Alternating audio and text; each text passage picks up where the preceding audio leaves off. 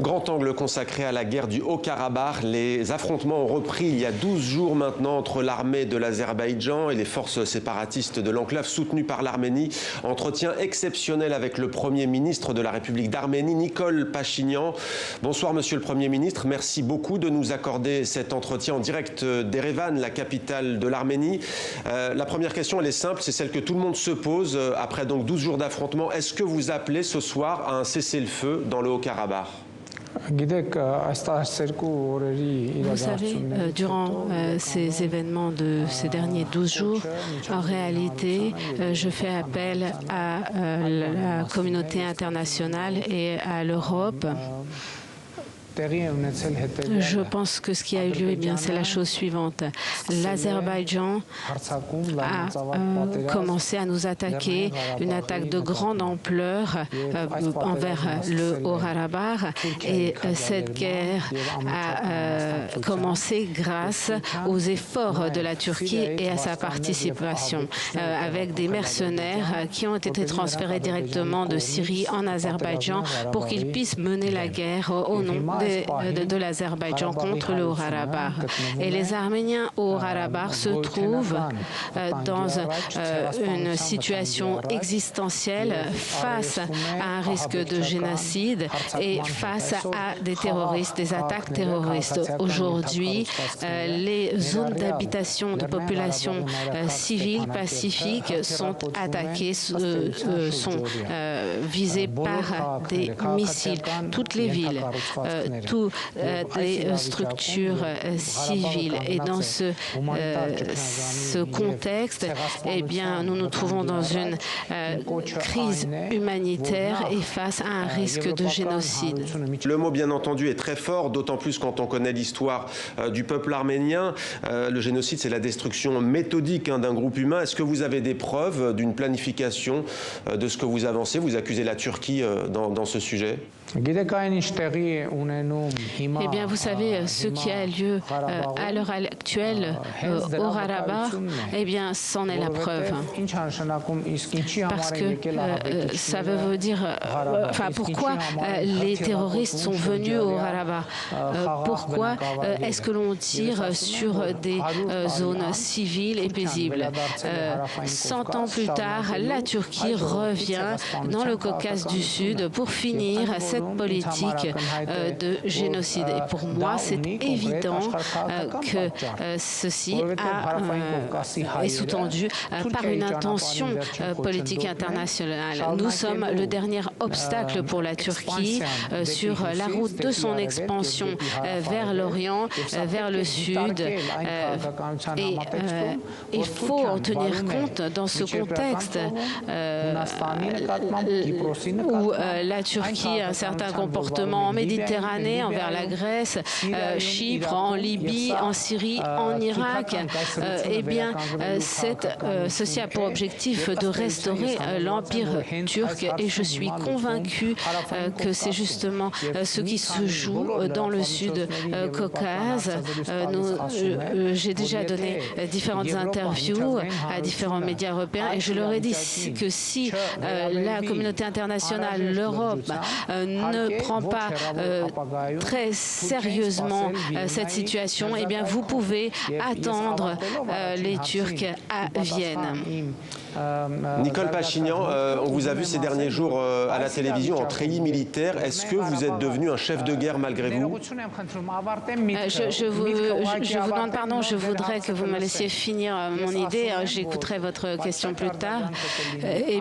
Une véritable réaction serait que l'Union européenne, la communauté internationale trouve la force et prenne fasse un pas décisif et reconnaissent l'indépendance du Haut-Karabakh. Voilà donc pour votre propos. Sur la question donc de ces images, on vous a vu en treillis militaire. Est-ce que vous êtes devenu un chef de guerre dans ce qu'on vit en ce moment? Vous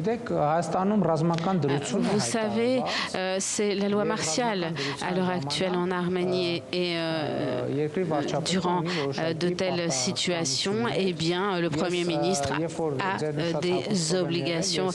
Moi, si j'ai porté cet habit, c'est parce que je me rendais en treillis au Karabakh et ça serait tout à fait éhonté de se rendre sur le front avec un costume et une cravate. Et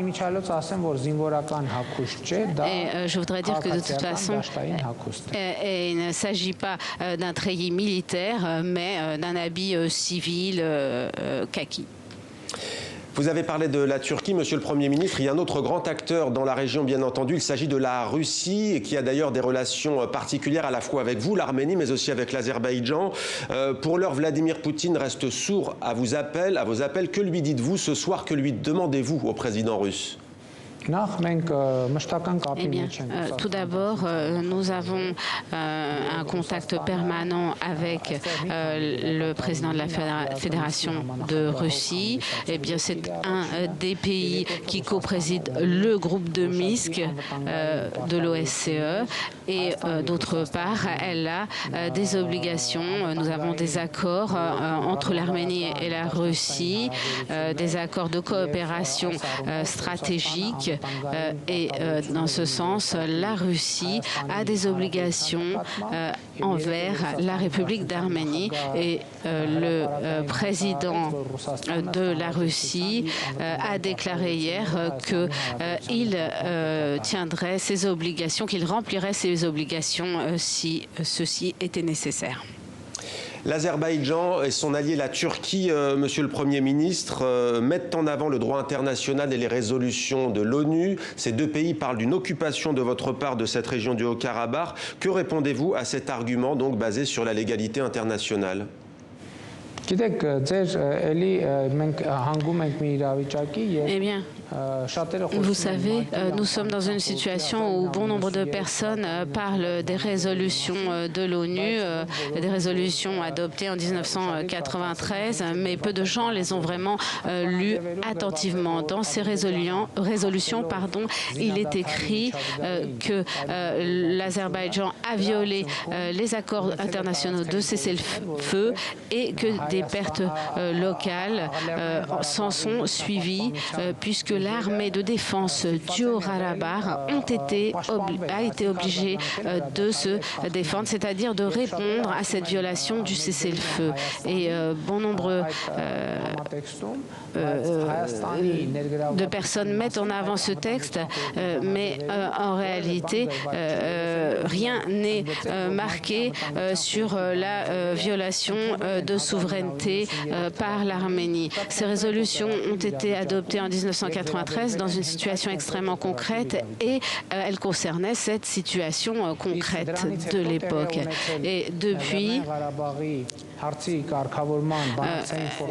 des résolutions, des négociations pour résoudre le problème du Haut-Karabakh ont eu lieu et différentes résolutions ont été proposées pour que cette question soit résolue. Monsieur le Premier ministre, aujourd'hui à Genève, en Suisse, ont débuté des discussions. C'est le groupe de Minsk auquel appartient la France. Je précise aussi d'ailleurs que l'Arménie fait partie de l'Organisation internationale de la francophonie. Le dernier sommet de l'OIF, c'était d'ailleurs chez vous, à Erevan, en Arménie. Qu'attendez-vous de la France et du président Emmanuel Macron?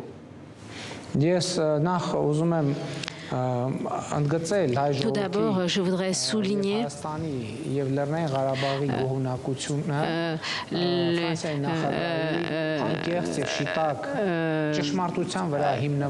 la reconnaissance du peuple arménien, du peuple du Haut-Karabakh pour la façon libre et honnête dont a parlé Macron. Et j'espère que nous allons sur la voie de l'indépendance du Haut-Karabakh. Emmanuel Macron a soulevé certaines inquiétudes et ces inquiétudes, il n'y a pas d'autre solution que de les résoudre parce qu'elles peuvent devenir une zone, donner une tragédie humanitaire puisque nous avons en face de nous des terroristes, des vagues terroristes qui peuvent se propager dans une zone bien plus grande. C'est une menace directe pour la sécurité internationale si on prend en compte le facteur turc et sa population. Et à l'heure actuelle, il faut que la France reconnaisse directement le Haut-Karabakh. Merci beaucoup, Nikol Pachinian, Premier ministre de l'Arménie, d'avoir répondu à nos questions dans ce contexte donc, de guerre dans la région du Haut-Karabakh. Merci d'avoir répondu à TV5 Monde.